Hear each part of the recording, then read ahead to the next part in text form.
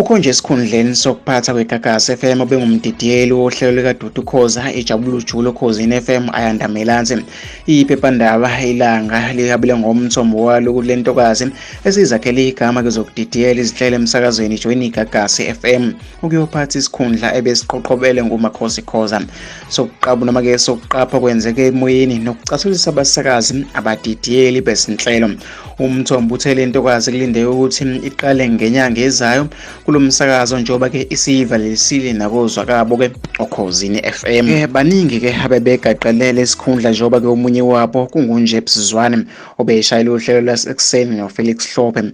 Sukela namhlanje ngomsombuluko lentokazi uNjebs isinohlelo lwayo lasemini nasekuseni olungena ngo9 kuya ku12 emini.